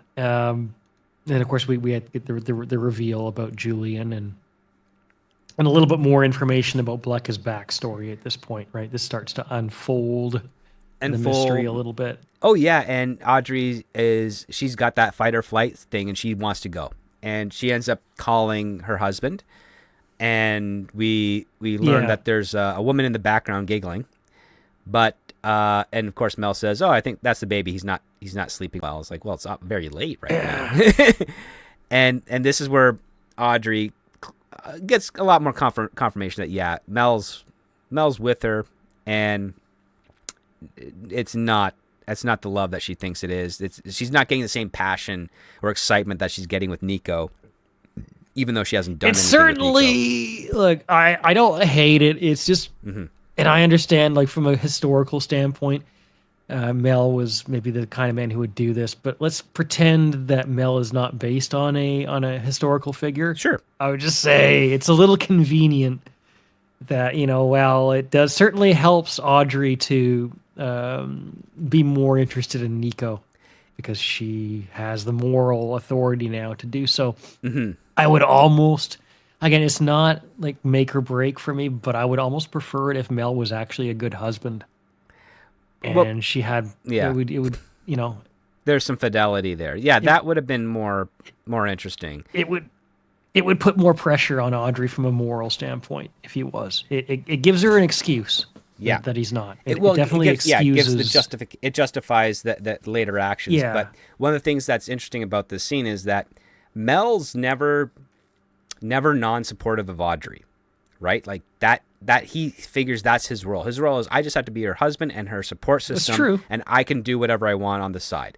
Because when she's saying, like, I want to come back, and he's saying, like, well then, but you can do this. Like, this is, you can weather it out, and if when you do weather it out, well, you'll feel a lot better, and when you come back, we'll drive out, and have a Christmas, just you, me, and Sean, as, like, a happy family. Like, he's giving her the encouragement that she needs, because he's saying, like, all you got to do is, like, I'm trying to be supportive. You're the one who wanted to go down there, and he's saying, like, well then, if you're having doubts, it's like, you can weather this. He is encouraging her that she's strong enough to weather whatever conflict is going on there, to come back home and know that she did a good job for whatever it was it is. He's all thinking it's just, celebrity stuff.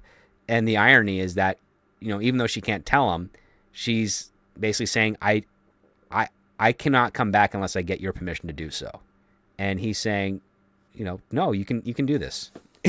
Like, and that puts, and then of course the extra part of the giggling in the background of clearly a woman's voice, that just becomes the final nail, where she's like, okay, yeah, I'm going to stay here and do this, because that result does not incite her to go into Nico's arms. Her goal right now is like, okay, I'm just going to weather this out. And we're going to, I'm going to complete this mission, even though I hate every aspect of it.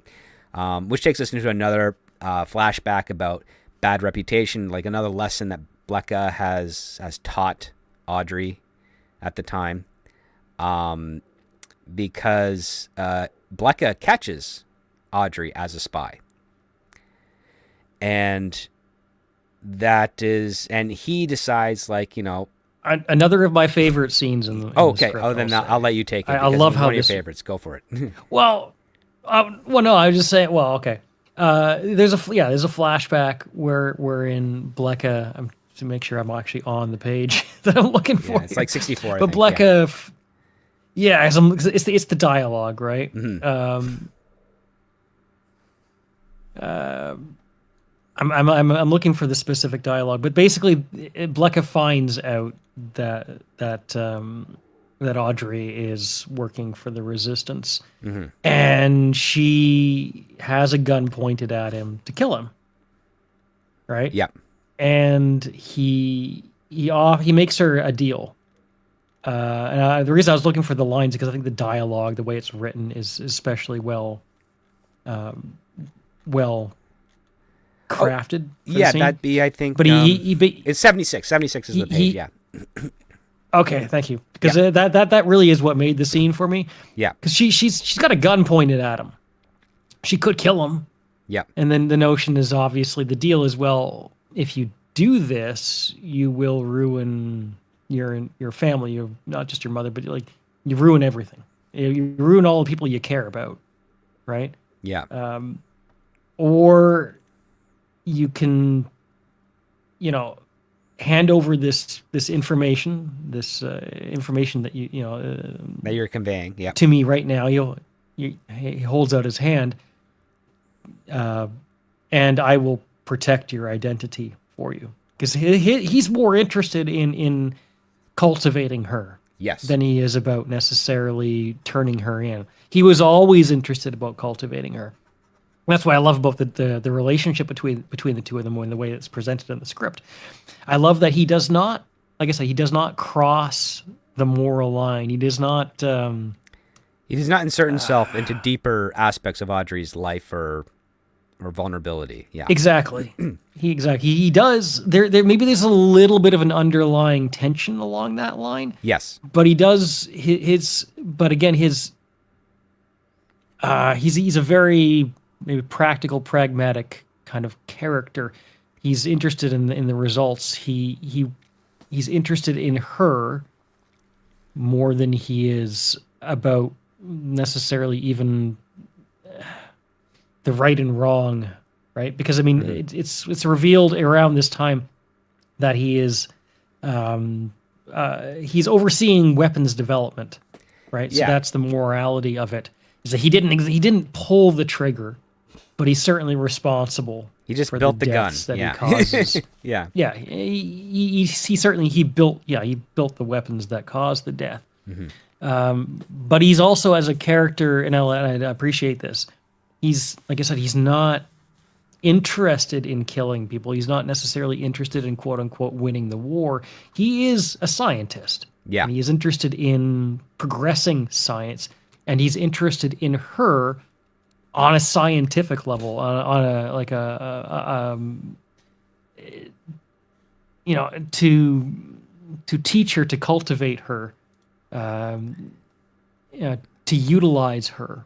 Yeah. He's not interested in simply turning her over because she was working for the other side, right? That doesn't suit his needs. And or so we culminate yeah. in this face-off between them, where there is that moment where he puts his interest in her from a scientific level, from a cultivation level, above his duty to the war cause, right? Right. If you shoot me, you will become an enemy to the Reich, which means despite all your mother's efforts, your family's good reputation will be ruined. I can help conceal who you are. So, I mean... And he's been building up this idea of reputation every visit he's with her. So he's been, molding her to value reputation over anything else. And the script identifies that Audrey is listening to him. Yes. And she's actually taking that into herself. It becomes a part of who she is. She is he's getting through to her, right? Mm-hmm. It hasn't ruined her per se, but I mean, it's definitely reflecting in how she approaches her own life. Yes. It does matter to her. I mean, when you get into celebrity, it's all reputation. So, whether she's realized it or not, he caused her to end up following this new path of her life. So for me at least, the scene lands. Yeah. When she takes his offer. And then it comes to the great consequence. Yeah, like that, the payoff for that scene. It's really good because she ends up having to see her ballet teacher and her friends executed in public. And she's stuck with that pain for the rest of her life. And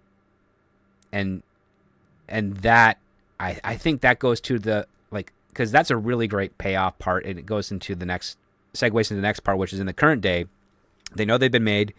They know they've figured out where Blecka is living. It's in this duplex apartment downtown, and we have Palmer, who we saw at the front of the script. He comes in as a support agent. He's also an expert marksman, so that's why they're using him. And they storm Blecka's apartment, only to find out that he's not there. He's actually just escaped, and a bomb has gone off in the apartment. And there's other people chasing after Blecka. There's this busty redheaded woman who has been popping up here and there very subtly. And then there's Nico. And this is our next big set piece, where it's like it's a scooter chase and a car chase through parts of Buenos Aires, and it's really fun. And it's it's Audrey on the scooter trying to track them down. They head over to a soccer game. They get into no, not a soccer game. It's another game. It's not polo, I don't think. But like they get to the stadium, Blecka falls onto the field. He manages to run across. People help him out of the field. Like it's just really elaborate, beautiful set piece. And it ends with them finally getting their mark, but because they realize that there's someone else that wants him, and they don't know who, they got to get him out of the country. And so they take Blecka, they gag him, they put him into the back of a Jeep. Palmer's driving, and Valentina, as she's, getting the last bit of gear, she's wondering, hey, where did Dennis go, my partner? And Palmer says, oh, he got food poisoning. And they drive off. And Valentina says, oh, what did he eat? Just so I don't eat it on my way back. And Palmer says, oh, I think he had the shrimp. And that's a callback to when Dennis said over the comms that he never eats shrimp because he doesn't like the taste. And we realize that Palmer is possibly a double agent for another party. And that's where we're going to end it here, because at this point, the next part is, well, what's going to happen next? Is Valentina in danger? Audrey has kind of gone, is now being taken with Nico. She tries to figure out who he is, because he was involved in the chase and he was trying to get his hands on Blecka, and so she takes the initiative to go to his apartment and find out why he's here. And we find out that he's Mossad and he wants to get Blecka and put him on a public trial. And he suspects that the CIA want Blecka for his knowledge, and they're going to give him a pardon of his crimes in order for to get what he knows. And that's kind of the conflict that we have here, and that's where Audrey and Nico kind of consummate their relationship. Which, to your point, I understood why they did it, for the drama purpose and the catharsis of it, but it didn't feel like it needed to be there. And the other part too is that now, I mean, as the audience, you're manipulated to think, yeah, Audrey should do this because her husband's cheating on her, but morally and ethically, that's not exactly what you want to put in your story. Yeah, so I mean, but it adds complexity to the characters, but it's not necessarily required. Yeah, I mean, if I'm going to maybe where I would actually offer a broader criticism, I love there's some things I really love about the script, particularly the dialogue, but there's a couple of places where I might scale back just a little bit, but get a little more reserved with that. Because I mean, the trick with Mel is maybe historically he's a douchebag. Okay, I get that, right? But I mean, as a character, do I need him to be a douchebag? Yeah. And I do appreciate that there's a romantic tension between Audrey and Nico. Does there need to be a sex scene between them? Well, they don't actually do the sex scene. They do it a more classy way, but yeah. Sorry, I mean, you're right. I should clarify. But I mean, they do, as you say, consummate the relationship. The tension's well enough as it is. You can maybe leave that a little bit in the air, and I still would prefer it. I understand from a historical standpoint, Mel's not a good guy, or he's not a horrible guy, but he's not winning material, right? Right. But at the same time, from a story perspective, personally, I would prefer it if Mel was maybe a more stable husband, right? Yeah. So there's a couple of things there. It's like, okay, I mean, without spoiling anything, you're having gunfights, you're having action sequences. If somebody gets shot, if somebody gets shot and they're made to be dead, they're dead. At least for me, they are. I get it maybe from a kind of fantastical action perspective. there's something like maybe they aren't dead. I mean, maybe they're soldiering on, and they're kind of hanging on, and they're it's like the Princess Bride. He's mostly dead. He's not all dead yet. Yeah. Sorry. So this is a couple of things. I don't hate it. It's not like it's make or break. It's just Right. There's a couple of points where it's like maybe I would take a little more reservation about the particular sequence, but it doesn't mean I dislike the sequence necessarily. Kind of like with the party, where I'd say, well, I just they're made in that moment in the billiards room. All right, Yeah. They're made. We don't need to pretend too hard that they're not. And there's a lot of tension that can be offered from the assumption that they're made, right? From that moment on, they are in danger. So lean into it, right? Right. Yeah. But again, I think the dialogue is one of the strongest parts. Oh, no, it is. Like every character has a very distinct voice, and you can see their motivations and what they say, especially with Valentina. Audrey, her motivations are like it's a mystery for her. She's trying to figure out why do they need her specifically for this part, not just for her celebrity, but there's something else going on here. And she wants to know who the person is, and then the reveal of it being Blecka is more ironic and a coincidence than 100% staged. It's basically that Blecka has a fondness for Audrey Hepburn, and that fondness has made a vulnerability that the CIA is exploiting, and Audrey is just caught in the middle, and she's got to figure that out, and then ends up taking on a little bit more agency towards the mission that she's being blackmailed into. But yeah, we're going to cut off the script there for now, because again, the final act it's a good action set piece, and does have some fun payoffs without spoiling it. But Cece, please share with us, like, would you greenlight this or give it a pass? Well, I mean, as I was mentioning, I think it feels these days like really high quality writing and dialogue is a little hard to come by. And this actually feels like, it feels like from that level, it's really, really something to hold on to. Clearly, this writer is capable of writing high-level dialogue, so I would not want to forget about the script on that level. Just even in yesteryear, when there was better writing, broadly speaking, I think this would still qualify as high-level interchange of dialogue. And so for that, I mean, like the professional side of me is saying, yeah, I got to hold on to this script.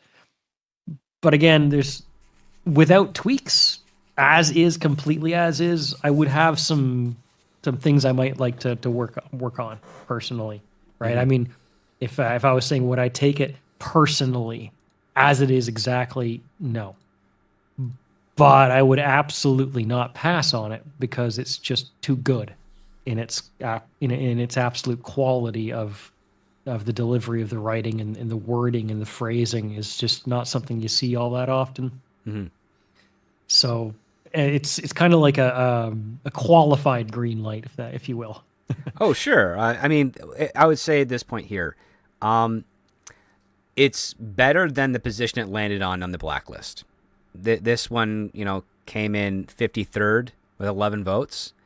I would say this script... The dialogue is better than that, yeah. Yeah, I would say this script easily is the top 30 of it. Not just with dialogue, but with character. Even like setup and payoff for a lot of the things going on there. It's the issues that it does have, you can count on one hand. And especially if you were like a fireworks expert who lost a few fingers, you could still count those on one hand. So... So yeah, like I would give this a green light as well, and it'd definitely be tweaked a little bit. I would really consolidate the polo billiard set piece with the major party set piece, because I think putting those into one ups the stakes and the urgency a bit more, and also makes the payoff a lot more dramatic, because we have a gap between the billiards party where the photo is taken and the confirmation is made before the reveal later on when Audrey realizes, oh, this is the man that kind of tortured her while dating her mom when she was a resistance fighter. Yeah, and you have a great final action set. Yeah, to follow, anyways. So exactly. So you don't need 3 different pieces there. Right. And so, I mean, that's basically it. It solves all the problems if you just consolidate those 2 scenes into one big set piece scene at that point.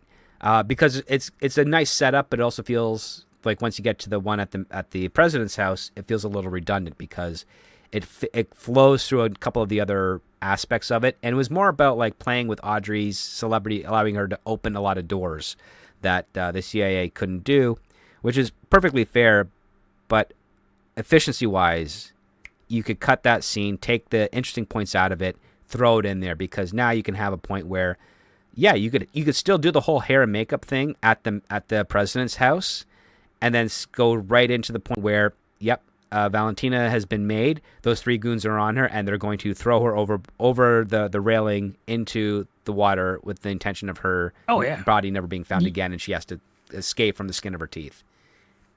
You could ramp up the tension. The before is the canoodling, the hanging out at the party. Yeah. And then ramping up the tension from the moment that they are made, but they're still there.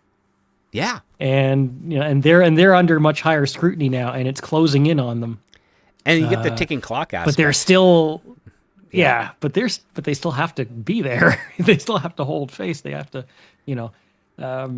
I think there's a great deal of potential to consolidate that for 100%. The moment you just leave and have this in between, it releases the tension, and then it asks the question why they're going back again. Yeah, because now it's a bit more direct as opposed to kind of like a bounce back, right? So, so I would give this a green light as well, because it's such an easy fix compared to a bunch of the other scripts that we've done on this series. Well, it's true. So sometimes previous times I've been on this show, because once or twice I'd be like, there's a few things that need to be really restructured here. This is not a full restructuring that I'm suggesting. The other part too is we're not changing any of the actual ideas of either scene. It's just you put those together. All the problems that they have because they're apart are immediately solved. So I have to give props to Alyson Weaver. Like, you created a great situation, has its levels of fantasy, and you've got the easiest problem to solve, which is just take the great points of that billiards scene, merge it into the present scene, in our opinion, and you've got you've circumvented the doubts of them not being made, therefore like giving them more time to kind of be in between those two set pieces to get through character and exposition. You've shrunk that down, elevated the urgency, and you haven't lost anything. You haven't lost any of the important aspects of any of those other scenes that you've combined. They're all now just concentrated in one area, and adds a little bit more thrill. And I enjoyed reading this script for that. So I have to give props to Alyson Weaver Nicholas that you did a good job. You deserve to be higher, definitely higher on the list than last week's script. Also,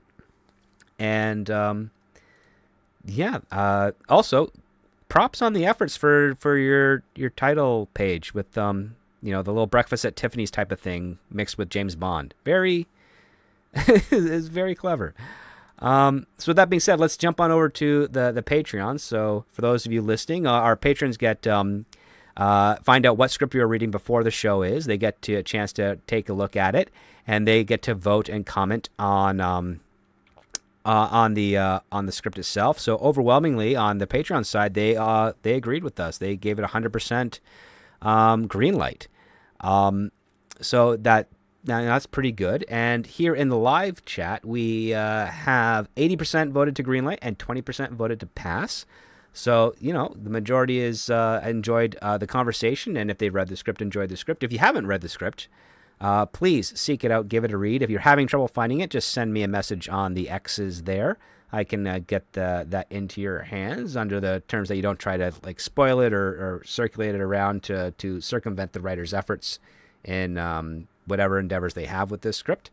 But yeah, that's a pretty good good reception to this. Any final thoughts, CC, before we call it a night? No, I think again, I mean, a small thing. Mm-hmm. Personally, I would have her dance with Blecca. Yeah.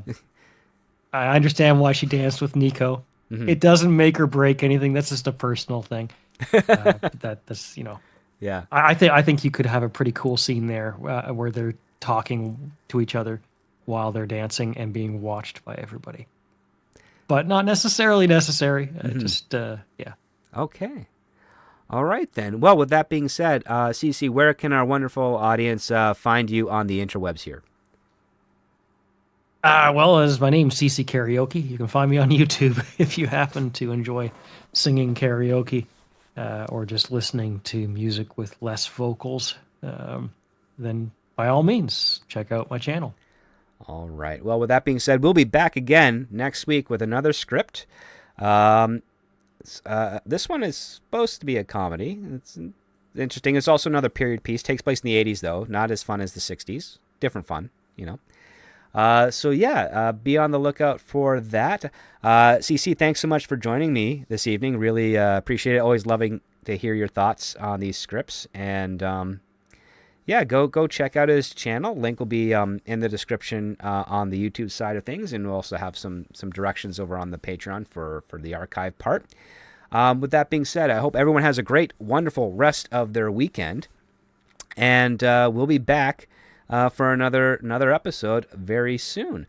With that being said, take care, everybody, and remember, when it comes to great story, it all starts with the script.